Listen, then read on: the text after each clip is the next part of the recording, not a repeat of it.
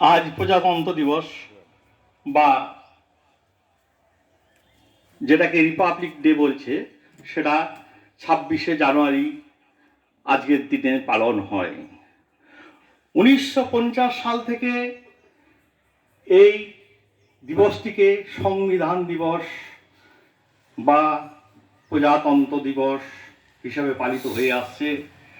ভারতীয় গণতন্ত্র যে গণপরিষদ ছিল, সেই গণপরিষদ কর্তৃক স্বীকৃত যে ভারতীয় সংবিধান, সেই সংবিধানের সেই দিনে স্বীকৃতি দিয়েছিল এবং সেটা লাগু হয়েছিল 1950 সাল থেকে।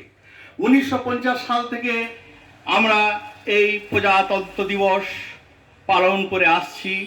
আজকে 77তম প্রজাতন্ত্র দিবস। ভারতের অখণ্ডতা, সার্বভৌমত্ব, ভৌম যে প্রজাতান্ত্রিক একটি রাষ্ট্র, সেই সংবিধান এই দিনকেই, এই 26শে জানুয়ারি থেকে স্বীকৃত হয়েছিল এবং সেদিন থেকে আপামর ভারতবাসী এই দিনটিকে গর্বের সাথে পালন করে আসছে এবং আমাদের ভারতের যে অখণ্ডতা, আমাদের যে গণতন্ত্র, সার্বভৌমতা, সেটা রক্ষা করে আসছি। এই পতাকা উত্তোলনের মাধ্যমে আমরা গর্বিত।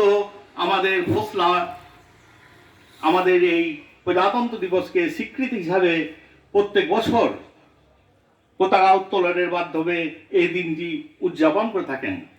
আমাদের আজকে আমরা পতাকা উত্তোলনের মাধ্যমে ঘোষণা অফিস থেকে এই প্রজাতন্ত্র দিবস পালন করলাম। আমরা অনেকেই উপস্থিত হয়েছি, আমরা গর্বিত। আমরা প্রজাতন্ত্র দিবস পালন করলাম।